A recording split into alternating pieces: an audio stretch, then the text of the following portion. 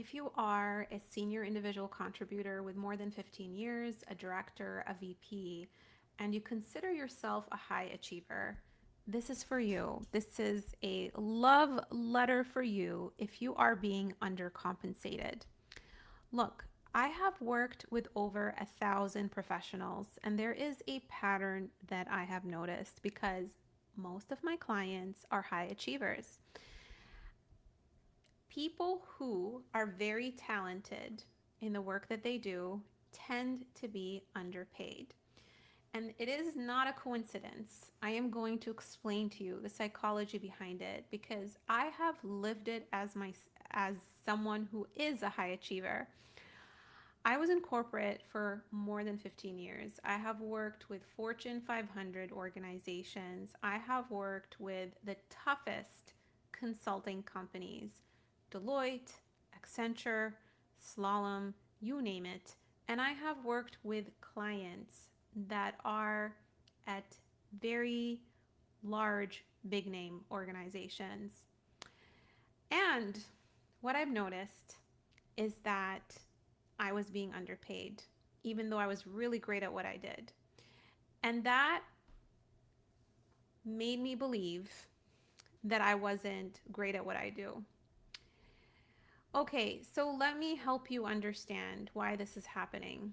Because if you have been passed over for a promotion, if you have a tendency of applying for jobs and getting jobs that are below your level, then you really need to listen to this.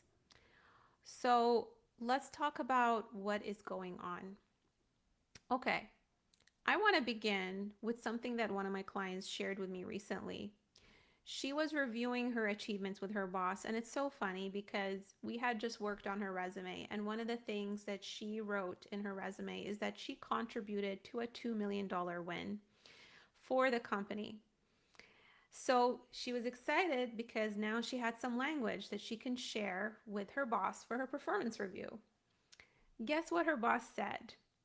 He corrected her and said that she contributed to 4 million. Can you believe that? And this company had the audacity to correct her and say, actually, you did more, but we're not going to promote you. Isn't that infuriating? They're willing to contribute her contribution from 2 million to 4 million. They can clearly see the magnitude of the value that she created, but they're not willing to correct her title. They're not willing to correct her compensation. They're not willing to promote her. You can see that she was underselling herself by 2 million, and yet they're still perfectly comfortable allowing her to remain underpaid. And this is not an isolated incident. Like I said, over the last 6 years, I've coached more than 1,000 professionals, including people who are already at big tech like Apple, Meta, Amazon, Google. And I've also helped people move to these organizations. And I have repeatedly noticed something strange. Some of the most talented, dependable, and ambitious people are also the most likely to get paid the lowest. Not because they're underperforming, because they minimize their achievements and they wait for people to recognize them.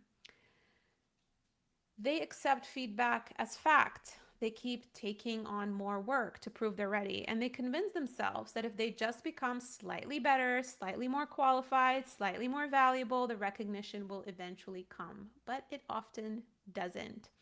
What happens is you keep getting rewarded with more work. Here's the story I wanted to share with you guys.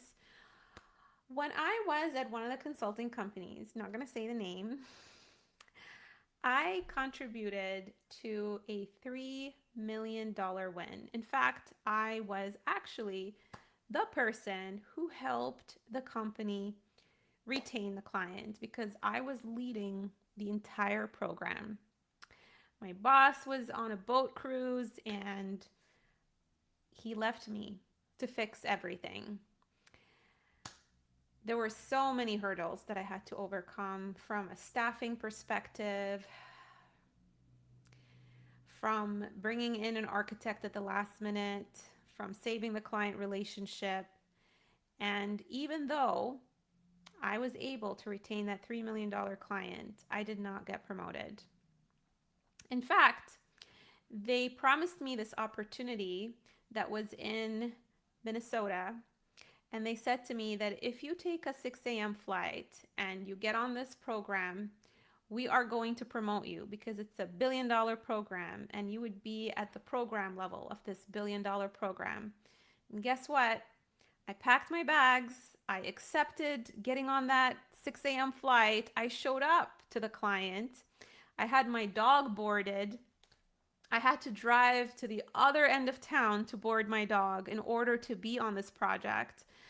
And when I showed up, after I accepted the role, they said to me, no, we're not going to promote you. And when that happened to me, I went into a deep depression because I could not understand for the life of me why am I not getting promoted? I am literally doing everything that I'm being asked to do. I am performing at a level that is higher than all of my peers. And yet, I am not getting promoted. Why? That was the mystery for me. And you know what? It took me, this happened, I think, around 2018. And now it's like 2026. It took me like more than 10 years to understand why, as an executive career coach, seeing this pattern with my own clients and fixing it for them. Now I get why this happens. And so in this live, I want to help you understand why this is happening to you. Because if you understand it, then you can avoid it and do something about it. Otherwise, you are going to remain in that trap. And it's going to be very difficult for you to be happy if you don't solve this. Okay? Here's what's going on. If you are ambitious, you probably take pride in being the person that people can depend on. When something important is falling apart, they call you. When a project is behind, you step in. When two teams can't agree, you create alignment. You are that person who constantly volunteers and takes on work because you are the type of person who gets excited about solving problems. You are ambitious. You always want to do the right thing. You always want to deliver value. And so what happens when you raise your hand without that authority and you constantly raise your hand without, setting those expectations? The company is getting used to you providing value for free. So what do? They give you more responsibilities, more complicated problems, more people start depending on you, more work outside your original job description, but they don't necessarily give you more authority. They don't give you the title. They don't compensate you at the level you deserve. I was talking to someone who was saying to me, I'm literally working at the VP level, but I'm being compensated at the director level and at the director level title. Isn't that frustrating? And yet, he has a peer who is less qualified than him, is doing less work, and he's being given the VP level. And he said to me, you know what? I think it's because I'm young and I have kids, and they know that it would be complicated for me to leave. Companies will exploit your vulnerability if you don't set boundaries and put your foot down. If you don't create leverage and show them that you have options and you can easily leave, they will take advantage of you. And the reality is that I have learned is that you cannot come into an organization already below your level. This actually happened to me when I was at a consulting company. That same consulting company where I saved them and retained that $3 million client. I knew that I was supposed to be at the next level, but I accepted the offer at a level below me, and I came in with this stupid mindset of let me prove myself. they're going to like me. And when they do, they're going to promote me. Guess what happened? They did not promote me. Here's what happens when you're going into an organization at a level below where you should be. You fall behind. And if they end up promoting you, you're still behind, because how it works is that after a couple years, you develop mastery and you become better at what you do. And so you end up always being a level below. Wouldn't it make sense to just have the confidence to ask for more? Okay, the second thing that is going on is we as high achievers are so hard on ourselves, and we have a tendency to minimize what we've accomplished. We are The reason you're so good at what you do is because you are so critical when it comes to you have this behavior of continuously improving. But that is a double-edged sword, because when you're hard on yourself to that extent, you end up minimizing what you do. And guess what? Companies are not going to say, no, you're wrong. You've been doing a great job. They're going to take what you say at face value. We as high achievers have a strange habit of making difficult things that we accomplish sound very ordinary.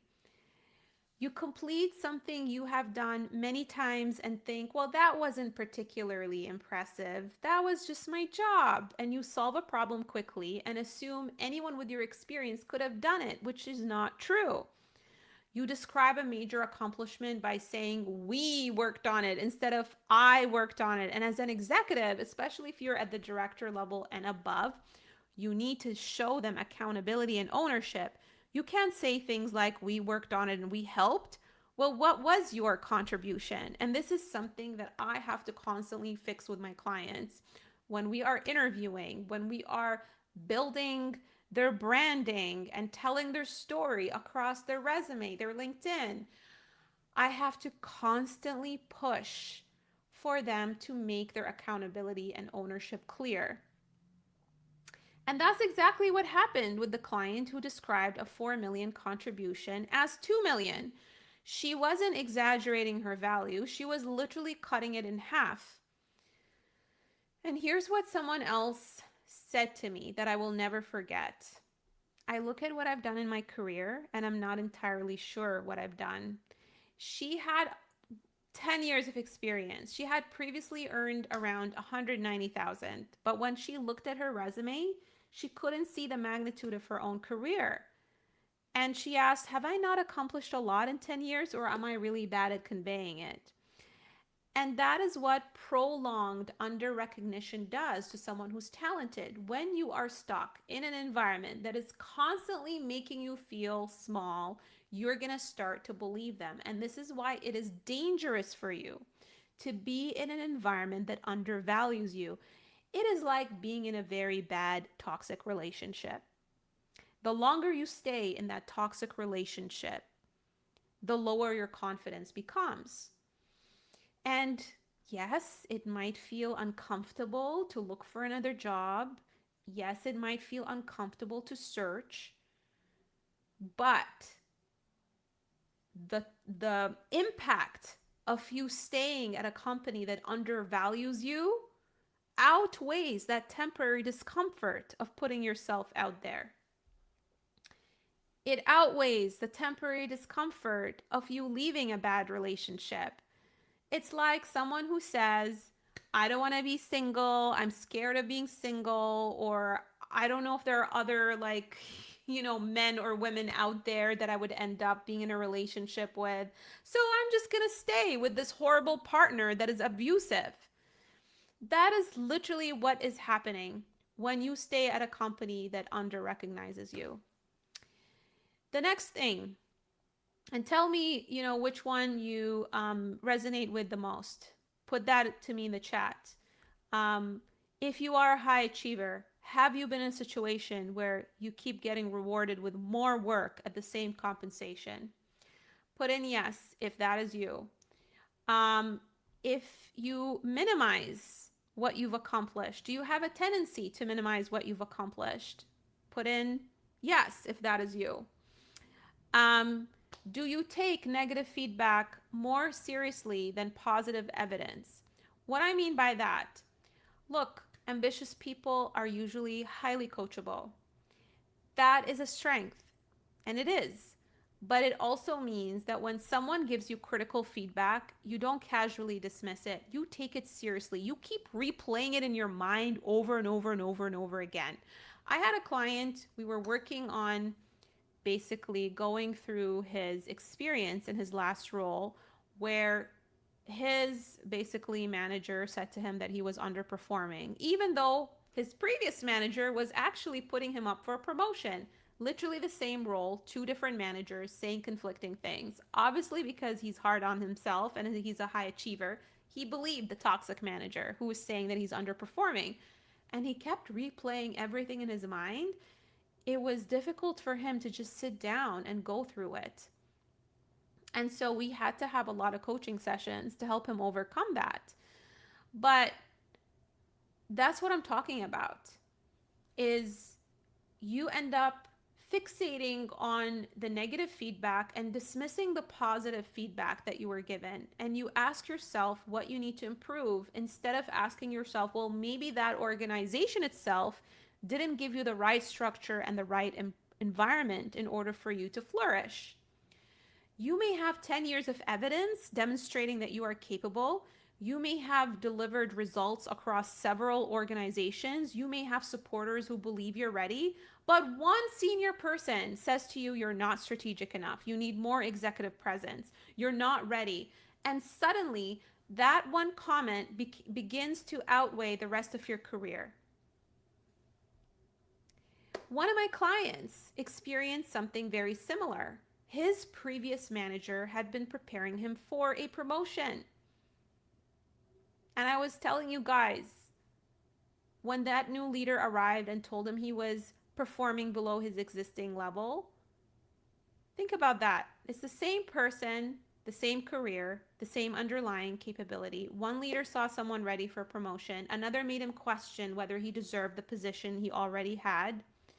And because he was ambitious and self-aware, he didn't simply decide that the new manager was wrong. He internalized it. He started trying harder. He accepted more of what he described as dog work, and he began questioning himself.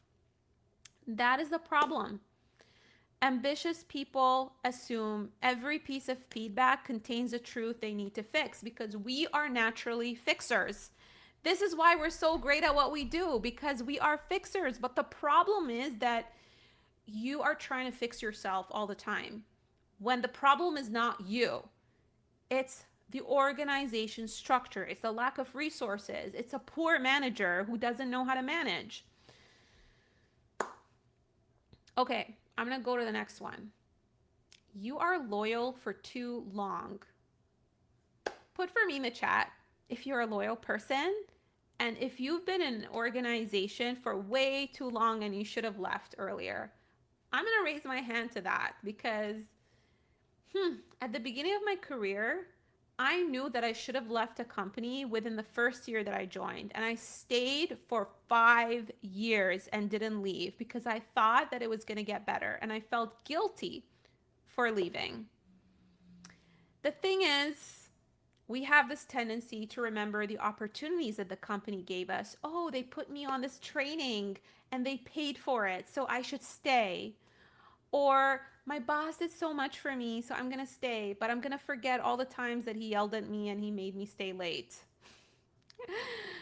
Or maybe you have this weird thing about not wanting to abandon people or your team, especially if you're an executive. I've had executives who said to me, I feel horrible leaving my team behind. But that's almost like a mother saying, I'm not going to go through a divorce because I don't want to put my kids through it. But wouldn't it be better for you to have the divorce because then your kids are not going to see you like sad? Your team are not your kids, by the way.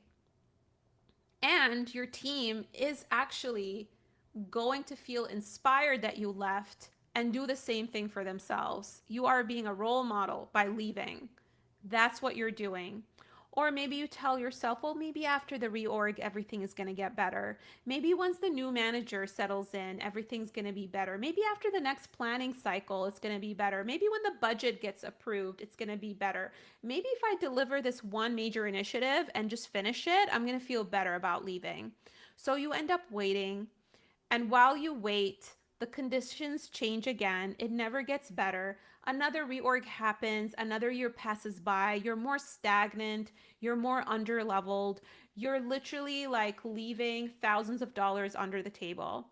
Because if you are undercompensated by, let's say, $50,000, I want you to multiply that $50,000 by each year you stay. If you stay for another 2 years, that's $100,000 that you could have put in your pocket.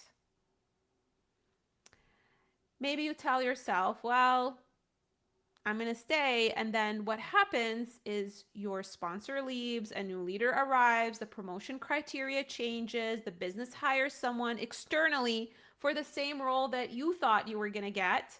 That was a promotion. And the timeline resets. Your loyalty becomes a reason to tolerate uncertainty that you would tell somebody else to walk away from. Literally, if it was your brother, your sister, your friend, your mentee, and they were going through the same thing, what would you advise them to do? Would you tell them to stay at a company out of loyalty when they're not treating you well? Okay, the other reason you keep trying to fix yourself. The most ambitious people are committed to growth. When something isn't working, their first question is, what do I need to improve? So, what do? You take another course, you pursue another certification, you rewrite your resume again, you learn another framework, you volunteer for another project, and then you try to become more strategic, more technical, more visible, more executive, and more qualified all at the same time. But there is a point where self improvement becomes self blame. You are assuming that if you haven't received the opportunity from your organization, there must still be something missing inside you. Again, it's like being in a relationship. If you didn't get the ring on your finger, it's not always because of you. It's because the person has commitment issues. It's because the person is just not good for you. And this is the same thing at the organization. They may not have the budget to promote you. They may be friends with whoever they're promoting. It's not always you. They may just not like you because at the end of the day, we're human beings. It's not objective. It's not always like based on your performance. It's also based on likability. Here's the thing. People with less evidence sometimes move faster because they are willing to claim readiness before they feel completely ready. And that's the other thing that I see with a lot of high achievers is you have a lot of imposter syndrome. You're scared of like going after roles that are slightly more challenging. I had a client today who was saying to me, you know, I I I worked on e-commerce products, but I didn't like close like I didn't, work on it for a long time. And she's a very brilliant director of product. I just sat there and I said, okay, you worked on it. They're not asking you in the interview how long you worked on it. As long as you can show that you've worked on it and you're able to demonstrate that you'd be able to work on that product and do well, then that should be sufficient. Because guess what? Someone who's less qualified is probably going to claim that they're ready to do it more than you, because that's just how it is. As high achievers, we have a high need of mastery. Everything that we touch, we want to be masters at doing. But here's the thing, how are you going to learn if you're not willing to be the new kid on the playground every now and then? You don't have to be the best at everything in order to move up. You have to be willing to be a little bit new into whatever you're taking on, because that's how you grow. That's how you become better. Okay, the other reason is you become indispensable at the wrong level. And that is the cruelest part. The better you become at solving the company's problems, the more difficult it becomes for the company to imagine replacing you in your current role. Because you know the systems, you understand the history, you maintain the relationships, you absorb the complexity. So, the very value that should support your advancement to the next level, whether you're moving up to director, to VP, whether you're an individual contributor moving to lead, the very value that you're bringing to the table that should support your advancement can become the reason people keep you exactly where you are and refuse to promote you. They may tell you how important you are. They may praise your reliability. They may say the organization couldn't function without you. But being indispensable is not the same thing as being promoted. It's not the same thing as being well compensated. Sometimes it means the company discovered that it can receive your next level value without paying you the next level salary. And I want to be clear, this is not entirely your fault. Organizations benefit from capable people who continue accepting expanding responsibilities. And the solution, many times, honestly, is just leaving. I was at an organization where I was placed on an account and I was there for over a year. And the whole point of being in consulting is to constantly be on different projects so that you learn. But because I was doing such an incredible job, they didn't want to move me on a project that was more interesting to me because I was so good that I was not replaceable. And so it really came down to me leaving. That was the only way. Okay, underpayment compounds. Like I said, if you are being paid 50,000 below your level, that is more than 4,000 in lost compensation every month. And if you stay for another year, it's not going to be 50,000, it's going to be more than that. Your bonus may be calculated from the lower number. Your next employer may attempt to anchor you to the lower number. And you've lost another year of experience operating with the title and authority you should already possess. It's not just about the financials. It is the resentment of watching less experienced people move ahead. It's the exhaustion of carrying responsibility without authority. It is the anxiety of constantly wondering whether you are capable as you thought. It is becoming successful at work that you no longer want to continue doing, and it gradually causes you to lose trust in yourself and your own judgment. I went through a severe burnout when I wasn't promoted at some point. I tried multiple times and I kept proving myself for 2 years. And in the end, I ended up going on sick leave because of how burnt out I was. And that is not a point you want to get to, because what it ends up doing is it makes it difficult for you to get back in the saddle. It can cause you to even like get laid off. You don't want to be there at that point. And high achievers get their fulfillment from owning things that are challenging. When you're not solving problems, when you're not feeling like what you're doing is challenging enough, that really destroys your joy in working. Why do we work? Why do we show up to work? I mean, look, I don't work with people who don't give a crap and just collect a paycheck. Those are not my clients. The type of clients that come to me, they care about their career.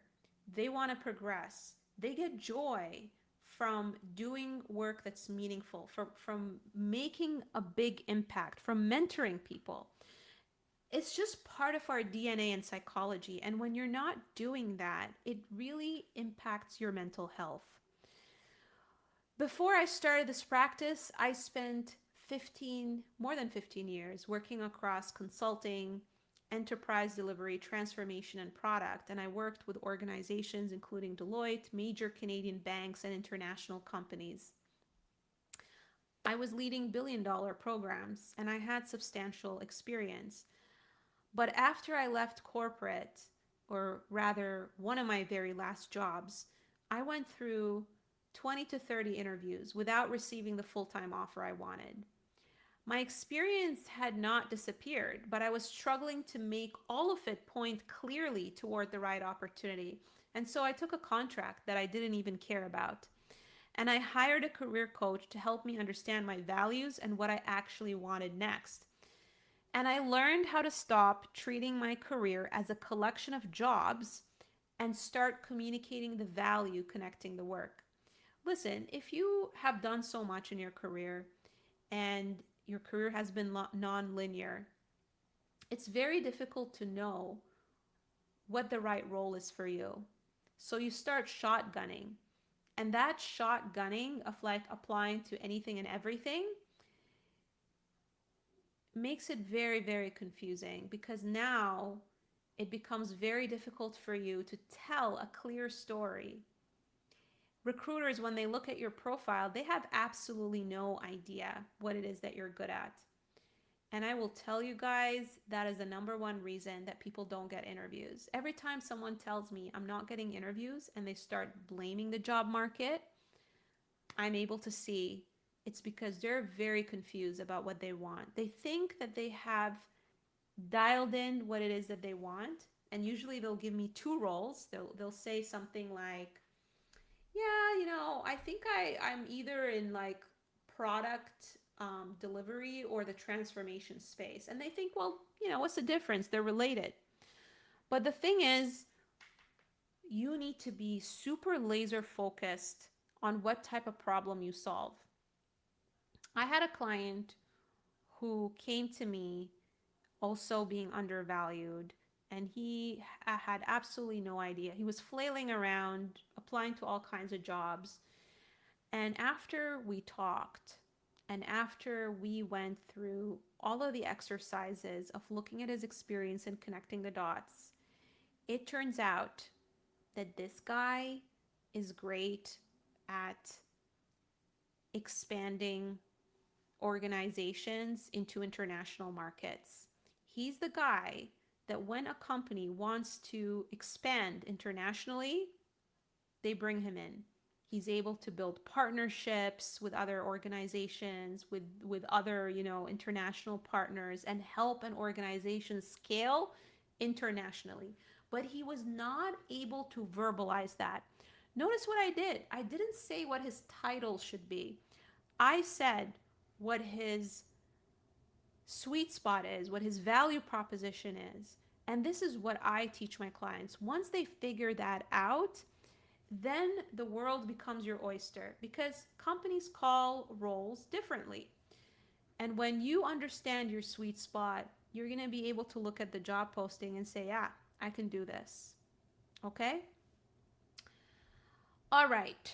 So, another story that I wanted to share is I worked with someone who was technically classified as an individual contributor. She had never held a director title, but she had built a function from zero and led approximately 35 engineers. By the way, she never shared that story because, again, high achievers, we have all kinds of stories. We don't know what stories to tell in order for us to attract the next level opportunities. But after doing some digging, I was able to pull that story out of her. Her title said that she was an individual contributor, but the evidence and my, spidey senses and my line of questioning as a detective, because that's the other hat that I wear as a career coach, I was able to get that out of her. So we did not invent leadership experience for her. We identified the leadership experience that was already there and made sure the right employers understood it instead of burying it. And what ended up happening was she landed a director position reporting directly to the CEO. Her compensation increased by $70,000. Imagine adding $70,000 to your salary. Another client of mine who was in policy, underpaid, you know, she moved into Meta and we increased her total compensation by $100,000. Imagine adding $100,000 to your six-figure salary. Through the negotiation work that we did, I coached her on how to negotiate her salary. She actually added $70,000 to her original offer. And we didn't manufacture the value. We made sure the value was understood and clearly articulated. And then we made sure that she was properly compensated. I've supported clients moving from senior individual contributor to director, director to VP, VP to C-level opportunities. And I've also helped, clients who were senior, product managers move up or stay senior product managers but get compensated more. We don't necessarily focus on the title. We focus more on what is the value that you bring to the table and what differentiates you. I call it your positioning, how the market perceives your value, because there is a disconnect between how you see yourself and how the market sees you, and we need to remove that disconnect. So, how do I help my clients with this? The first thing that I do is help clients determine where they genuinely fit. Not every person, targeting a director or VP role is ready for one. I'm not interested in inflating someone's experience or convincing them to pursue a title that is not the right level for them or where we don't have evidence. We look honestly at what you've actually owned, what decisions you've made, what level of complexity you've handled, what business results have you influenced, what are you unusually good at, what are you the best at, what you should be known for, and what do you want to be hired to do next. Then we look for the evidence in your experience. A lot of this evidence is something that you overlook because when we've been busy delivering, we don't remember half of what we've done. And if you are a busy executive and you're currently working, you don't have the structure and discipline to actually sit down and identify those things. So the value is that I make it easy for you so that you don't have to worry about it too much. That's what we do. And this is how the 4 million contribution ends up not being 2 million. Like this client, she thought it was 2 million and it became 4 million. And this is how we find out that this person actually was managing 35 engineers beneath an individual contributor title. And this is how we find the strategic decisions that were buried under descriptions of project delivery. This is how we find the influence, judgment, and leadership that never made it into your resume or interview story because you hired a resume service that just shuffled things around and didn't sit down with you and ask you the right questions. We reposition the experience around the right opportunity. We build the resume, LinkedIn profile, and leadership narrative. And I prepare you to communicate your value in interviews without rambling, freezing, or disappearing into tactical details. So that when the offer arrives, we also make sure that you don't minimize your value again during negotiation.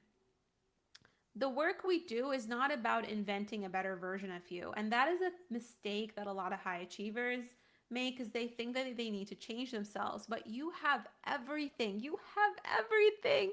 You have all the raw material. It just needs to be organized differently. It just needs to be architected differently so that someone on the outside can see it very quickly. That's what needs to be done. It's all there. And yet you keep trying to fix yourself and taking more certifications. Okay, so if you are a senior product or tech leader with substantial experience, I'm talking 10, 15 plus, 20, 30 years of experience, and you're targeting opportunities between 200,000 and 350,000 plus, and you're tired of being rewarded with more work instead of more recognition, I invite you to book a career diagnosis with me. I'm going to share with you how you book the call. This career diagnosis is the perfect opportunity for us to determine what is blocking you. This is where I will learn about what you're trying to accomplish, what has been happening in your career, and how, excuse me, we can fix it. Listen, if we're aligned, then we can arrange a deeper conversation to see if I can help you. And if we're not, I will tell you honestly. But at the end of the day, like having that career diagnosis is going to give you the confidence because you might be, I think you might be at a point. I mean, look, if you don't believe in yourself, please don't book with me. Like I can't change that. But if you're a high achiever who believes in yourself, who knows that like not settling is not an option for you, then this is where I really encourage you to book with me so that we can have a conversation. Okay, I want to show you how to book with me because everyone like has questions around that. So how to book with me, it is very simple. Let me do a screen share. There we go. Okay. So, how do you book with me? There is a button right underneath my heading that says book an appointment. All you need to do is like click on it and then click on book your career diagnosis and answer these quick questions, which will allow me to understand your situation in more detail. Why do I have these questions? Because it is only a 15-minute call and I want to do my due diligence and understand what you're trying to solve so that I can give you a more accurate diagnosis. Okay? Alrighty, friends. If you have enjoyed this, ooh, I disappeared. If you enjoyed this, I would really appreciate if you give this a like because when people like this live, there's no way for me to see who's watching, right? It's kind of weird for me to perform to like the screen and I have no idea who's watching, who isn't. And when you give me a like, it kind of gives me this really nice validation that people are actually finding my lives beneficial and that you're learning from them. Also, what it does is that if there's someone who is in a situation where they need help, they'll be able to see this live. Someone who has been hard on themselves, they're a high achiever, this will really uplift them and give them hope in terms of the fact that they can turn around their situation. So I would really appreciate it if you give this a like. And if you really want to go the extra mile, you can comment and share with me something that really resonated with you in this live. I would really, really appreciate it. Okay, I hope that you guys are enjoying the very last bit of summer. How many weeks do we have left in summer? Goodness, it's like only a week and a half almost, maybe just a week. That's crazy. I'm so sad that it's getting dark faster, but hey, for those of you who have kids, maybe it's exciting that your kids are going back to school. I don't know. But yeah, I hope you guys have a very good night, and I will talk to you all soon.